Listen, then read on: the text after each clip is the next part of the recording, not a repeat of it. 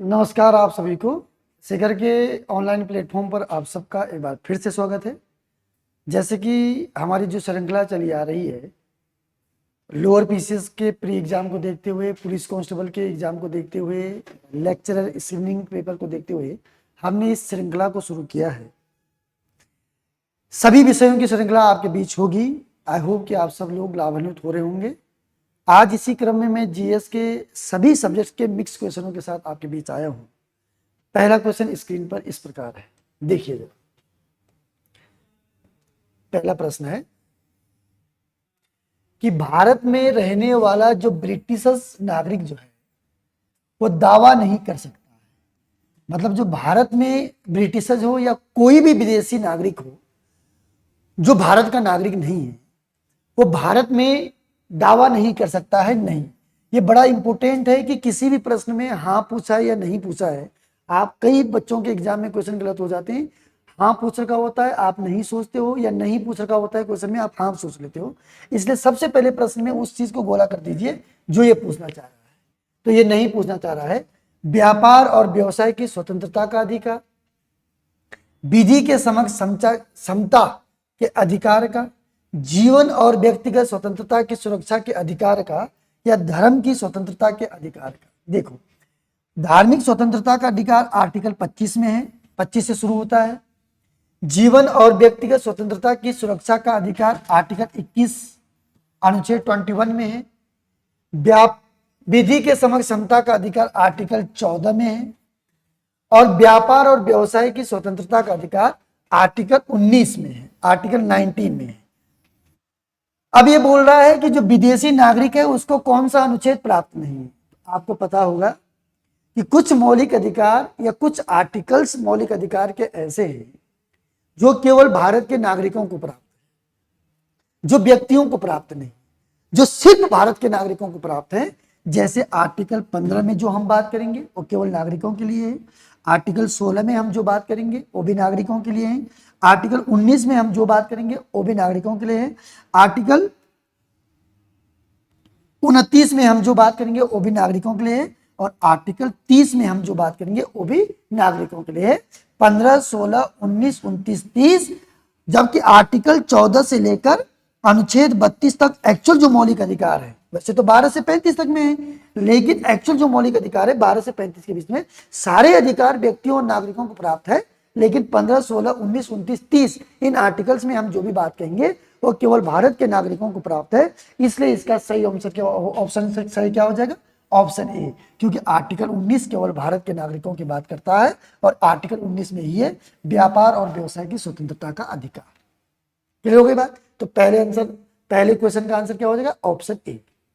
चलिए अगला प्रश्न देखिए जरा। अगला प्रश्न देखो जरा।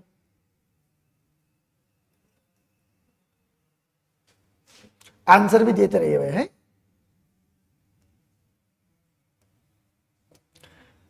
अगला प्रश्न है, भारत के राष्ट्रपति को महाभियोग द्वारा हटाने की प्रक्रिया निम्न में किस अनुच्छेद में? देखिए, हमारे संविधान में आर्टिकल 56 में है राष्ट्रपति की पदावधि एवं कार्यकाल। तो आर्टिकल 56 में भी लिखा हुआ है कि राष्ट्रपति का कार्यकाल अमूमन 5 साल होता है, लेकिन 5 साल से पहले वो त्यागपत्र दे सकता है, या उसकी मृत्यु हो जाए, या वो उसको महाभियोग द्वारा हटाया जाता है। महाभियोग शब्द का प्रयोग थोड़ा 56 में भी हो रखा है, आर्टिकल 56 में भी हो रखा है, लेकिन ये प्रक्रिया पूछ रहा है कि प्रक्रिया किस में है? अनुच्छेद 53 में है, अनुच्छेद 61 में है, अनुच्छेद 74 में है, कि अनुच्छेद 13 में है? बताइए, प्रक्रिया का उल्लेख किस आर्टिकल में है? जरा बताओ, जरा जल्दी बताइए। अनुच्छेद 61 में। Very good. आर्टिकल 61 में क्या है? महाभियोग की प्रक्रिया का उल्लेख किया गया है। आर्टिकल 61 में महाभियोग की प्रक्रिया के द्वारा राष्ट्रपति को उसके पद से हटाया जा सकता है। अगर वो संविधान का उल्लंघन और अतिक्रमण करता है तो उसको उसके पद से हटाया जा सकता है। अनुच्छेद 13 में क्या है भाई? अनुच्छेद 13 में है विधि की परिभाषा। किसकी परिभाषा? विधि की परिभाषा। क्लियर हो गई बात? विधि या कोई भी अध्यादेश, कोई भी कानून, कोई भी एक्ट, कोई भी रूल रेगुलेशन मौलिक अधिकारों को कम नहीं कर सकता, इसके बारे में आर्टिकल 13। आर्टिकल 74 में क्या है, राष्ट्रपति की सहायता व सलाह के लिए, सहायता व सलाह के लिए एक मंत्री परिषद होगी। अनुच्छेद 74 कहता है राष्ट्रपति की सहायता और सलाह के लिए एक मंत्री परिषद होगी। अनुच्छेद 53 कहता है संघ की कार्यपालिका की शक्ति राष्ट्रपति में निहित होगी। संघ की कार्यपालिका की शक्ति किसमें होगी, आर्टिकल 53 में लिखा हुआ है कि राष्ट्रपति में निहित होगी। तो ये इसका सही आंसर क्या हो जाएगा, महाभियोग की प्रक्रिया अनुच्छेद 61 में है। अगला प्रश्न देखो जरा,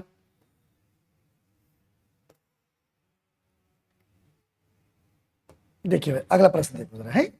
अगला प्रश्न है भारत के संविधान में पंचायतों तथा नगर पालिकाओं से संबंधित 73वां संविधान संशोधन, 74वां संविधान संशोधन दोनों 1992 में हुए और दोनों लागू पता कब हुए, लागू ये हुए थे 1993 में।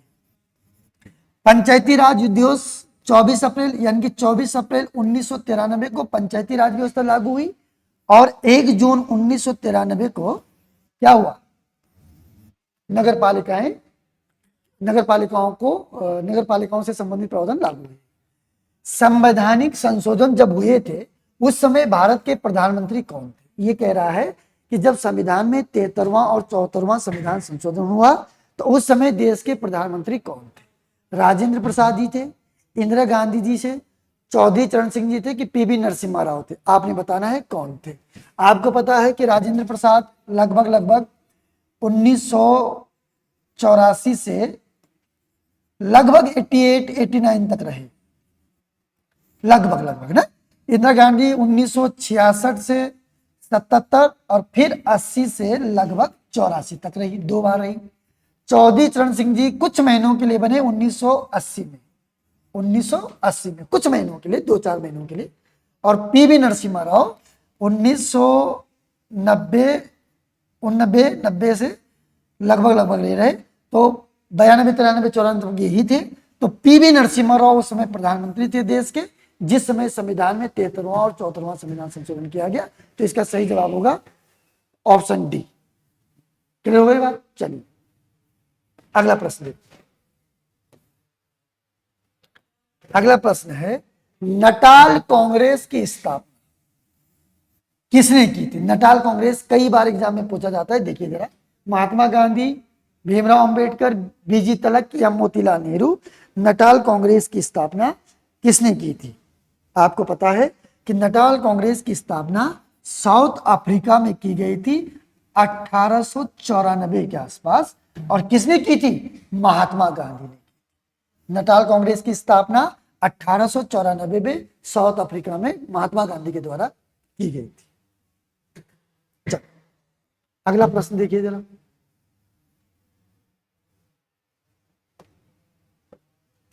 अगला प्रश्न है किस दल ने 16 अगस्त 1946 को सीधी कार्यवाही दिवस घोषित किया। देखिए कौन सा दल है वो जिसने 16 अगस्त 1946 को सीधी कार्यवाही दिवस मनाया या सीधा कार्यवाही दिवस की घोषणा की थी। स्वराज दल ने, भारतीय राष्ट्रीय कांग्रेस ने, मुस्लिम लीग ने, कि इनमें से कोई नहीं। आपको पता है स्वराज दल की स्थापना 1923 में की गई, मुस्लिम लीग की स्थापना 1906 में हुई और कांग्रेस की स्थापना 1885 में हुई। बात समझ में आई। अच्छा मैं आपको बता देता हूं कि आखिर ये सीधी कार्यवाही का दिवस क्यों मनाया गया। आपको पता है कि कैबिनेट मिशन भारत आया मार्च 1946 में, मार्च 1946 में आए और मई 1946 में इसने अपनी रिपोर्ट दी और फिर जुलाई 1946 में संविधान सभा के लिए चुनाव किए। मार्च में आएगा पैट्रिक लॉरेंस, AB अलेक्जेंडर और स्टेफर्ड क्रिप्स, 3 सदस्य मिशन। चूंकि ये कैबिनेट स्तर के मंत्री थे कहां, ब्रिटिश सरकार में, इसलिए इन 3 सदस्यों के मिशन को कैबिनेट मिशन कहा गया क्योंकि तीनों के तीनों कैबिनेट स्तर के मंत्री थे। ये भारत आए मार्च 1946 में भारतीय समस्याओं के समाधान के लिए। मई में इन्होंने अपनी रिपोर्ट दी और जुलाई में इनकी रिपोर्ट के अनुसार संविधान सभा के लिए चुनाव हुए। तो मुस्लिम लीग भी चुनाव में खड़ी। उसको पता था कि अगर हम संविधान सभा के चुनाव में अधिक सीटें जीत जाएंगे तो अपने हिसाब से देश की व्यवस्था को बनाएंगे। इसलिए मुस्लिम लीग ने जुलाई 1946 में संविधान सभा के चुनाव में भाग लिया। लेकिन जैसे ही रिजल्ट आया चुनाव का, पता लगा कि मुस्लिम लीग के पास केवल 24% सीटें थी, अधिक सीटें 208 के आसपास सीटें कांग्रेस के पास थी, इनके पास 70-74 सीटें थी, 70-75 सीटें इनके पास थी। इसलिए कांग्रेस की इस सफलता को देखकर मुस्लिम लीग बौखला गई। कौन बौखला गई? मुस्लिम लीग। और मुस्लिम लीग ने निर्णय लिया कि 16 अगस्त को हम सीधी कार्रवाई दिवस मनाएंगे। पाकिस्तान की मांग को लेकर भागो और बांटो के नारे के साथ पाकिस्तान की मांग को लेकर यह सीधी कार्रवाई का दिवस मनाया 16 अगस्त 1946 को। इसका सही आंसर क्या हो जाएगा? सी, मुस्लिम लीग। चलिए, इसका सही आंसर क्या हो जाएगा? मुस्लिम लीग। चल, अगला प्रश्न, अगला प्रश्न देखो जरा। कुछ क्वेश्चन में फैक्चुअल इंफॉर्मेशन वाले होंगे, जिससे फैक्ट सीधे, जिसका सीधे आंसर देना है। जैसे ये है, भीम बेटका प्रसिद्ध है। क्यों प्रसिद्ध है भाई? प्राग ऐतिहासिक चित्रकला के लिए, स्तूपों के लिए, मूर्तियों के लिए या मंदिरों के लिए? बताइए। ये फैक्चुअल इंफॉर्मेशन है। भीम बेटिका प्रसिद्ध है। आपको पता है कि ये मध्य प्रदेश के रायसेन जिले में पड़ता है। कहां पड़ता है? ये एमपी के रायसेन जिले में पड़ता है। और ये प्राग ऐतिहासिक चित्रकला के लिए प्रसिद्ध है। भीम बेटिका किसके लिए प्रसिद्ध है? प्राग ऐतिहासिक चित्रकला के लिए। रायसेन, ये मध्य प्रदेश के रायसेन जिले में पड़ता है। कहां पड़ता है? रायसेन जिले में। क्लियर बात? इसका सही आंसर क्या हो जाएगा? Option A. अगला प्रश्न देखो जरा। जीतल नाम का तांबे का सिक्का। जीतल नाम का, देखो, उस शासक ने एक टंका भी चलाया था जो कि चांदी का था। जो किसके था? चांदी का था।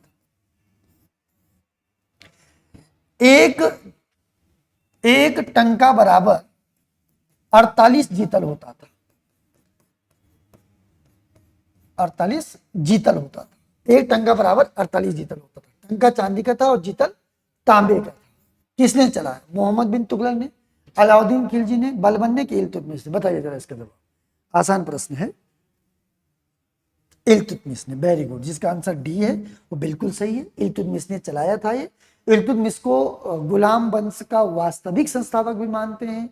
इल्तुतमिश को दिल्ली सल्तनत का वास्तविक संस्थापक भी मानते हैं। इल्तुतमिश को गुलाम का गुलाम भी कहा जाता है। इल्तुतमिश कुतुबुद्दीन ऐबक का दास था, या कुतुबुद्दीन ऐबक का दामाद भी था। दास भी था और दामाद भी था। चलिए, जो आगे इल्तुतमिश के बारे में जो मैं तुमको बताऊंगा, तो इल्तुतमिश ने एक, जैसे मनसबदारी प्रथा मुगलों ने शुरू की थी ना, तो इसने एक प्रथा शुरू की थी, इक्ता व्यवस्था, इक्तादारी व्यवस्था ना। तो ये इल्तुतमिश ने, कभी एग्जाम में आएगा कि इक्ता व्यवस्था किसने शुरू की, तो इसका सही जवाब क्या होगा? इल्तुतमिश, इक्तदार। चलिए, अगला देखिए जरा। अखिल भारतीय महिला सभा। अखिल भारतीय महिला सभा का उद्देश्य था बच्चों तथा महिलाओं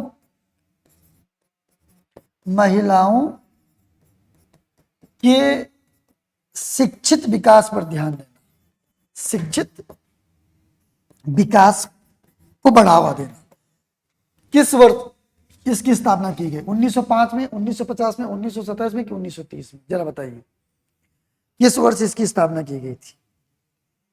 जरा बताइए। इसकी स्थापना मार्गरेट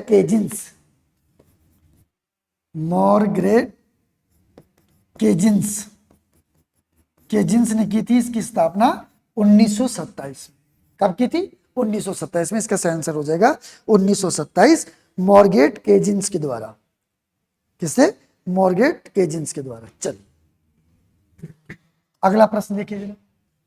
अगला प्रश्न है, सार्वजनिक वितरण प्रणाली, पीडीएस प्रणाली बोलते हैं उसको, पीडीएस, पब्लिक डिस्ट्रीब्यूशन सिस्टम, सार्वजनिक वितरण प्रणाली का लक्ष्य क्या है? गरीब, सबसे पहले बंगाल में जब अकाल पड़ा था, तो सबसे पहले राशन वहां पे बांटा गया था। 1940 की घटना है। जबकि इसकी वास्तविक शुरुआत 1945 में इसका गठन हुआ और 1947 से यह शुरू हुआ ये कार्यक्रम ना। लेकिन राशन पहली बार बांटा गया था 1940 में बंगाल के अकाल।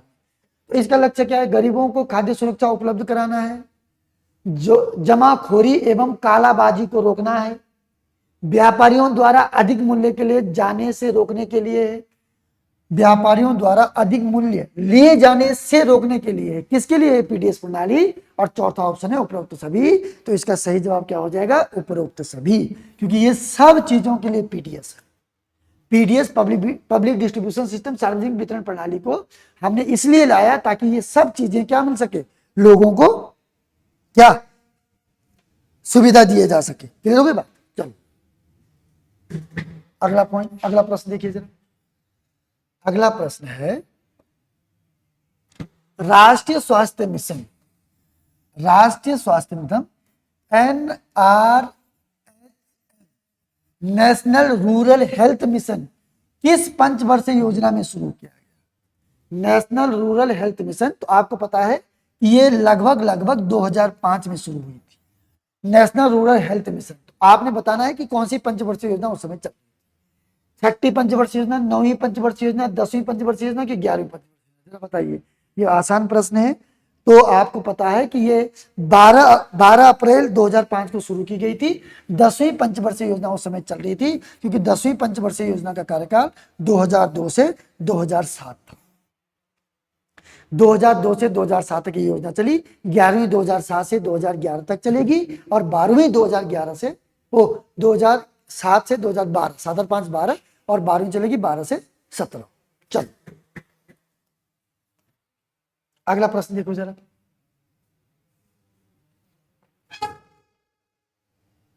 अगला प्रश्न है, ये इकोनॉमी से संबंधित है, थोड़ा इसकी लैंग्वेज देखो जरा। है संघीय जो बजट होता है उसमें राजकोषीय घाटे का अर्थ क्या है? राजकोषीय घाटे का अर्थ आपने बताना है।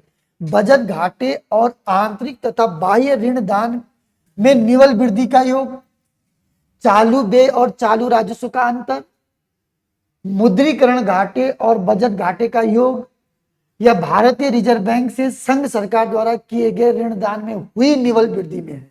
आपने बताना है कि संघीय बजट में राजकोषीय घाटे का क्या अर्थ है, जरा बताओ जरा। संघीय बजट में राजकोषीय घाटे का अर्थ क्या है, जरा बताओ।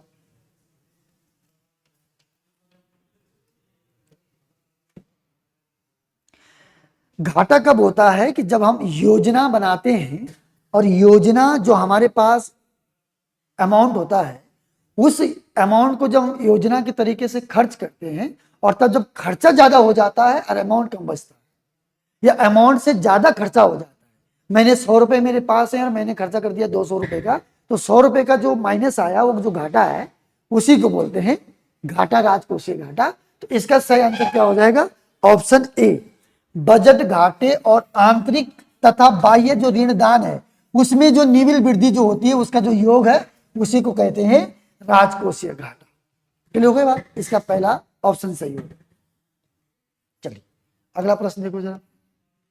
अब मौद्रिक नीति क्या है भाई? मौद्रिक नीति क्या है? आपको पता है मॉनेटरी पॉलिसी कौन बनाता है? आरबीआई बनाता है।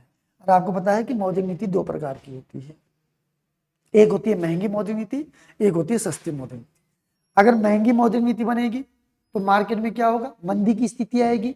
और अगर सस्ती मौद्रिक नीति होगी तो मार्केट में महंगाई आएगी, क्योंकि महंगी मौद्रिक नीति में ब्याज दरें ज्यादा होती है और सस्ती मौद्रिक नीति में ब्याज दरें कम होती है।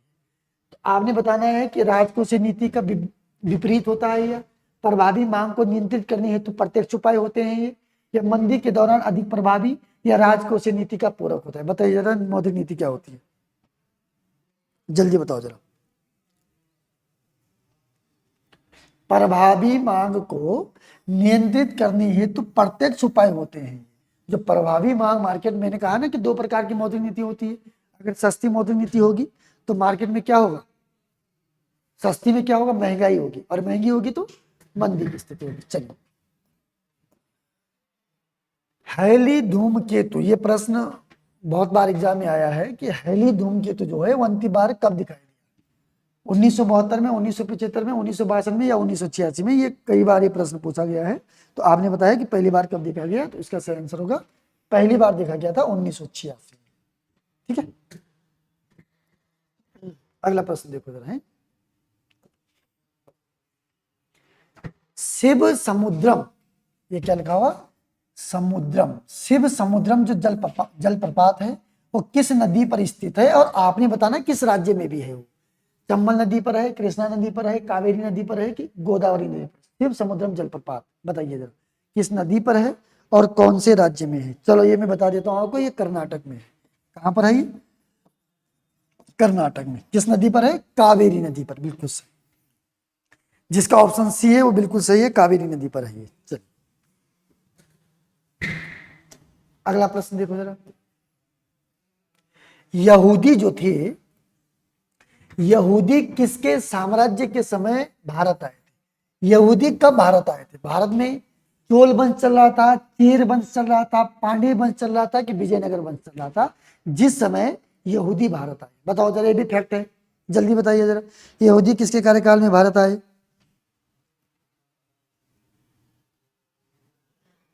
चलिए इसका सही आंसर क्या हो जाएगा, ऑप्शन बी, चेर के समय ये भारत आए थे। उस समय चेर साम्राज्य भारत में चल रहा था। अगला क्वेश्चन है, आप कुतुबुद्दीन ऐबक को जानते हैं? कुतुबुद्दीन ऐबक के द्वारा निर्मित कुतुब उल इस्लाम मस्जिद कहाँ स्थित है? कुतुब उल इस्लाम मस्जिद कहाँ पर स्थित है? कुतुबुद्दीन ऐबक मोहम्मद गौरी का दास था, गुलाम वंश का ये संस्थापक है, दिल्ली सल्तनत का ये संस्थापक है, लाख बख्श की उपाधि इसे दी जाती है, कुरान खां इसे कहा जाता है, हातिम ताई या हातिम द्वितीय इसको कहा जाता है। ठीक है, इसको कई प्रकार की उपाधियां दी जाती है। कुतुबुद्दीन ऐबक ने कुतुब मीनार का निर्माण कार्य शुरू करवाया था। इसने एक मस्जिद बनाई थी कुतुब उल इस्लाम, वो कहाँ पर है? दिल्ली में है, आगरा में है, जौनपुर में है कि हैदराबाद में है? बताइए जरा, आसान प्रश्न है। ये कहाँ पर है? दिल्ली में है, बिल्कुल सही। जिसका आंसर डी है वो बिल्कुल सही है, ये दिल्ली में है। क्लियर हो गई बात। कुतुबुद्दीन ऐबक की 1206 से लगभग 1210 तक ये गद्दी पर रहा, और 1210 में घोड़े से चौगान खेल रहा था, तो घोड़े से गिरकर इसकी मृत्यु हो गई थी। घोड़े ने इसको कुचल दिया था, जैसे ही गिरा उस कारण इसकी मृत्यु हो गई थी। चलिए, 2.5 दिन का झोपड़ा भी बनाया था इसने अजमेर में। ठीक है ना। नंदी हिल्स किस शहर में है? आपको मैं बता दूं कि नंदी हिल्स किस शहर में स्थित है, बताइए जरा। हुगली में, मैसूर में, चेन्नई में कि बेंगलुरु में? बताइए जरा, कहां पर है नंदी हिल्स? कर्नाटक राज्य में है, बिल्कुल सही है। और मैसूर मतलब बेंगलुरु के पास है, कर्नाटक के बेंगलुरु के पास है, बेंगलुरु के पास है एकदम। मैसूर, मैसूर इसका सही आंसर हो जाएगा, बेंगलुरु के पास है। चलिए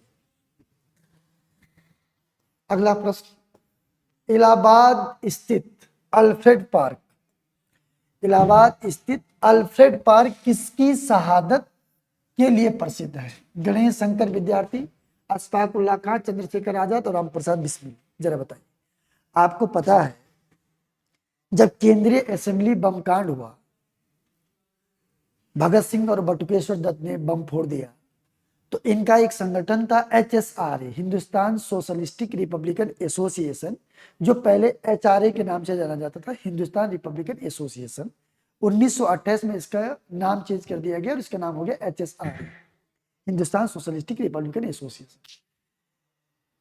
क्योंकि काकोरी कांड कर दिया था HRA के सदस्यों ने, राम प्रसाद बिस्मिल, अशफाक उल्लाह खां, राजेंद्र लोहरी, रोशन लाल जैसे लोगों को फांसी हो गई थी, बदनाम हो गया था HRA, इसलिए इसका नाम चेंज कर दिया गया। तो उसी समय जैसे केंद्रीय असेंबली बम कांड हुआ, HSRA के कई सदस्यों पर मुकदमा ठोका गया। उसी समय चंद्रशेखर आजाद भाग के उत्तराखंड के दुगड्डा पौड़ी में रहे, अपने मित्र भवानी सिंह रावत के यहाँ कुछ दिन तक। कुछ दिन बाद जब ये उत्तर प्रदेश के अल्फ्रेड पार्क में गए, तो अपने दोस्त राजेंद्र राजबड़ी के साथ बातचीत कर रहे थे। पुलिस को पता लगा कि चंद्रशेखर आजाद यहाँ पर है, तो पुलिस ने अल्फ्रेड पार्क को घेर दिया, और पुलिस मुठभेड़ में आजाद 1931 में, फरवरी 1931 में शहीद हो गए। तो वहीं पर चंद्रशेखर आजाद का क्या है, ये अल्फ्रेड पार्क में उनकी शहादत के लिए प्रसिद्ध है। वहीं पर ये गोली में शहीद हो गए। ठीक है, चंद्रशेखर आजाद। अगला प्रश्न देखो जरा, बुलंद दरवाजा कहाँ स्थित है? फतेहपुर सिकरी में, दिल्ली में, मेरठ में या केरल में? आपको मैं बता दूं, बुलंद दरवाजे का निर्माण अकबर ने करवाया। कहते हैं कि अकबर गुजरात जब अकबर गुजरात अभियान के लिए गया था, तो गुजरात अभियान के दौरान जब उसको विजय प्राप्त हुई थी, तो उसने इस विजय के उपलक्ष्य में फतेहपुर सिकरी में बुलंद दरवाजे का निर्माण करवाया था। कहां पर? फतेहपुर सिकरी में बुलंद दरवाजे का निर्माण करवाया था। इसको फतेहपुर सिकरी का प्रवेश द्वार भी कहा जाता है। इसको फतेहपुर सिकरी का क्या कहा जाता है? प्रवेश द्वार भी कहा जाता है, प्रवेश द्वार। ठीक है, किसने इसका निर्माण करवाया? अकबर ने करवाया है फतेहपुर सिकरी। चलिए अगला प्रश्न देखो जरा। किस पार्टी की सरकार ने 1978 में एक दूसरा पिछड़ा वर्ग आयोग के गठन की घोषणा की? दूसरा पिछड़ा वर्ग आयोग का गठन। जनता पार्टी, भारतीय राष्ट्रीय कांग्रेस, भारतीय जनता पार्टी, बीजेपी और यूनाइटेड डेमोक्रेटिक पार्टी। आपने बताना है कि 1978 में किस पार्टी की सरकार है। आपको पता है कि 1977 में आम चुनाव हुए और पहली बार गैर कांग्रेसी सरकार आई थी 1977 के लास्ट में या 78 में, और वो थी जनता पार्टी की सरकार, मोरारजी भाई देसाई के नेतृत्व। किसके नेतृत्व में? मोरारजी भाई देसाई के नेतृत्व में। और तब जाके इन्होंने दूसरा पिछड़ा वर्ग आयोग का गठन किया था। उस समय जनता पार्टी की सरकार है। यही जनता पार्टी 1980 में अटल बिहारी वाजपेयी की अध्यक्षता में क्या बनेगी? भारतीय जनता पार्टी। यानी कि भारतीय जनता पार्टी, बीजेपी का जो संस्थापक है उसको अटल बिहारी वाजपेयी जी को कहा जाता है। और यही जनता पार्टी थी पहले, और बाद में क्या बनी? BJP, Bharatiya Janata party. तो इसका सही आंसर क्या हो जाएगा? जनता पार्टी। क्लियर हो गई बात? चलिए अगला प्रश्न देखो। अगला प्रश्न देखो जरा। अनुसूचियों से है, पॉलिटी का है। संविधान में अनुसूचित जाति, अनुसूचित जनजाति को क्या परिभाषित किया जाता है? ये कह रहे हैं कि एससी और एसटी को हमारे संविधान में परिभाषित किया गया है, शेड्यूल कास्ट और शेड्यूल ट्राइब्स को। तो मैं आपको बता दूं कि संविधान में कहीं पर भी अनुसूचित जाति और अनुसूचित जनजाति की परिभाषा की बात नहीं की गई है, बल्कि अनुसूचित जाति और अनुसूचित जनजाति के लोगों के आरक्षण की बात की गई है। क्लियर हो गई बात? तो इसका सही जवाब होगा नहीं। ऑप्शन डी इसका सही जवाब क्या हो जाएगा? कि नहीं। चलिए, परिभाषा कहीं पर नहीं है। आपको पता है कि एसटी क्षेत्र के आधार पर होते हैं, जबकि एससी जाति के आधार पर होते हैं। जाति का मतलब वर्ण, पहले ये वर्ण व्यवस्था थी, अब वो जाति हो गई। पहले ये काम के आधार पर थी वैदिक काल में, अब ये किस आधार पर हो गई? जन्म के आधार पर हो गई। चलिए अगला प्रश्न देखो। अगला प्रश्न, भारतीय संविधान के किस भाग में अल्पसंख्यकों के लिए विशेष प्रावधान किया गया है? अल्पसंख्यकों की बात कर रहे हैं। हमारे देश में या तो धर्म के आधार पर आप अल्पसंख्यक हो सकते हो, या फिर भाषा के आधार पर आप अल्पसंख्यक हो सकते हो। हमारे संविधान में दो ही आधार पर आप अल्पसंख्यक हो सकते हो। तो कह रहा है कि कहाँ इसका प्रावधान है? भाग 4 में डीपीएसपी है, भाग 2 में नागरिकता है, भाग 5 में संघ सरकार के बारे में है, संघ सरकार के बारे में है, और भाग 3 में फंडामेंटल राइट्स है। तो फंडामेंटल राइट्स इसका सही आंसर हो जाएगा, क्योंकि आर्टिकल 29 और 30 अल्पसंख्यकों के अधिकार के नाम से ही जाना जाता है। तो इसका सही आंसर क्या हो जाएगा? डी, क्योंकि आर्टिकल 29 और 30 अल्पसंख्यकों के अधिकार के नाम से ही जाना जाता है। तो इसका सही आंसर क्या हो जाएगा? भाग 3, ऑप्शन डी। क्वेश्चन नंबर 23 है। क्वेश्चन नंबर 23 देखिए, किस संवैधानिक संशोधन के द्वारा वर्ष 2026 तक लोकसभा की सीटों का पुनर्निर्धारण प्रतिबंधित लगा दिया गया? आपने बताना है कि कौन सा संविधान संशोधन था ये, जिसके द्वारा ये बोल दिया गया कि 2026 तक कोई भी परिसीमन नहीं होगा, सीटें नहीं बढ़ाई जाएंगी, 2026 के बाद देखा जाएगा। 82वां संविधान संशोधन, 71वां संविधान संशोधन, 84वां संविधान संशोधन की 81वां संविधान संशोधन? जरा बताइए जरा कौन से नंबर का संशोधन था? चलो ऑप्शन सी, 84वां संविधान संशोधन 2001 अटल बिहारी वाजपेयी जी की सरकार थी, और उन्होंने क्या कर दिया गया कि 2026 तक लोकसभा की सीटों में कोई भी क्या नहीं होगा, क्या नहीं होगा, बढ़ोतरी नहीं होगी। आज का सेकेंड लास्ट क्वेश्चन है, 24वें नंबर का क्वेश्चन है कि नीचे गए संविधान संशोधन जो है उनमें सुमेल गलत है। आपने गलत को देखना है। 56वां संविधान संशोधन गोवा के लिए बिल्कुल सही है, ये भी। 48वां संविधान संशोधन पंजाब में आपात को बंद है, ये भी बिल्कुल सही है। 52वां संविधान संशोधन दल बदल से संबंधित है, ये भी बिल्कुल सही है। और 62वां संविधान संशोधन, ये जो 62वां संविधान संशोधन था ये 1990 में हुआ था, और ये पिछड़ी जाति के आरक्षण की बात कर रहा है। 19 आरक्षण के बाद 62वां संविधान संशोधन 1990 में हुआ था, और इसमें पता क्या बोला गया कि सन 2000 तक आरक्षण को बढ़ा दिया गया था एससी का। इसमें पिछड़ी जाति के लिए नहीं था, एससी एसटी के आरक्षण को बढ़ा दिया गया था 10 साल के लिए। तो ये इसका सही जवाब हो जाएगा, क्योंकि नहीं पूछ रहा है। क्लियर हो गई बात। आज का लास्ट प्रश्न है, आज की श्रृंखला का हमारा अंतिम प्रश्न है, जो आपके सामने स्क्रीन पर है। शिक्षा का जो अधिकार है, आर्टिकल 21 का क, जो नया हमने जोड़ा है, उसे सम्मिलित किया गया कब? 71वां संविधान संशोधन अधिनियम 1992 के द्वारा, 86वां संविधान संशोधन 2002 के द्वारा, 93वां संविधान संशोधन 2005 के द्वारा, कि 103वां संविधान संशोधन 2019 के द्वारा? जरा बताइए जरा, किसके द्वारा इसको आर्टिकल 21 का क जोड़ा गया था? तो यह है 86वां संविधान संशोधन 2002 के द्वारा। हमने आर्टिकल 21 का क, प्रारंभिक शिक्षा का अधिकार बच्चे का मौलिक अधिकार होगा। हमने आर्टिकल 45 डीपीएसपी में ये बोल दिया गया कि 0 से 6 वर्ष के बच्चों के लिए विशेष उपबंध किया जाएगा। और हमने फंडामेंटल्स राइट्स में 11वां मौलिक कर्तव्य जोड़ा गया कि प्रत्येक अभिभावक का कर्तव्य होगा कि वो अपने बच्चों को बेसिक शिक्षा जरूर दिलाए, उसका कर्तव्य होगा। तो हमने इस संविधान संशोधन के द्वारा 3 जगह संशोधन किया था, मौलिक अधिकार में भी किया था, डीपीएसपी में भी किया था, और फंडामेंटल राइट्स में भी किया था।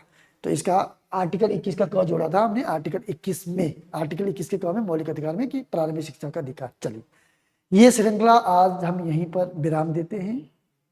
आप सभी के लिए निरंतर ये श्रृंखला चलती रहेगी।